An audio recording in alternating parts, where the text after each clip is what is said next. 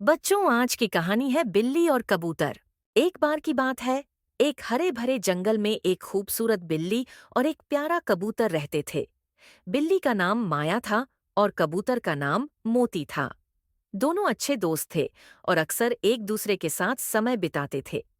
एक दिन माया ने मोती से कहा, चलो आज हम खेलते हैं।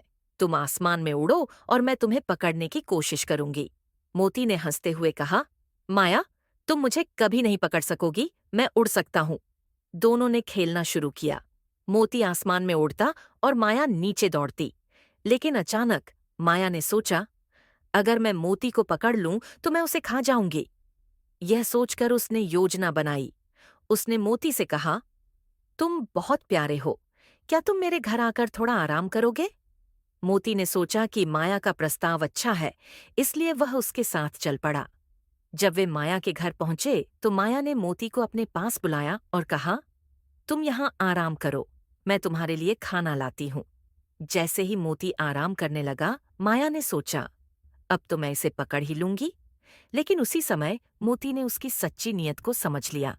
उसने कहा, माया, तुम मुझसे दोस्ती करती हो या सिर्फ मुझे खाना चाहती हो? माया थोड़ी शर्मिंदा हुई और बोली, मैं तुमसे दोस्ती करना चाहती थी, लेकिन अब मुझे अपनी गलती का एहसास हो गया है। मोती ने कहा, अगर तुम सच में मेरी दोस्त हो तो मुझे नुकसान मत पहुंचाओ। दोस्ती का मतलब एक दूसरे का ख्याल रखना है। माया ने सिर झुकाते हुए कहा, मैं वादा करती हूँ, मैं तुम्हें कोई नुकसान नहीं पहुंचाऊंगी। उस दिन के बाद माया और मोती ने अपने रिश्ते को और मजबूत किया। माया ने कबूतर के साथ दोस्ती की सच्ची भावना समझी और मोती ने माया को विश्वास दिलाया कि सच्ची दोस्ती में विश्वास और ईमानदारी सबसे महत्वपूर्ण होती है। इस प्रकार माया और मोती की दोस्ती और भी गहरी हो गई और उन्होंने एक दूसरे का हमेशा ख्याल रखा। उन्होंने समझ लिया कि सच्चे दोस्तों को एक दूसरे का आदर करना चाहिए और हमेशा एक दूसरे की रक्षा करनी चाहिए।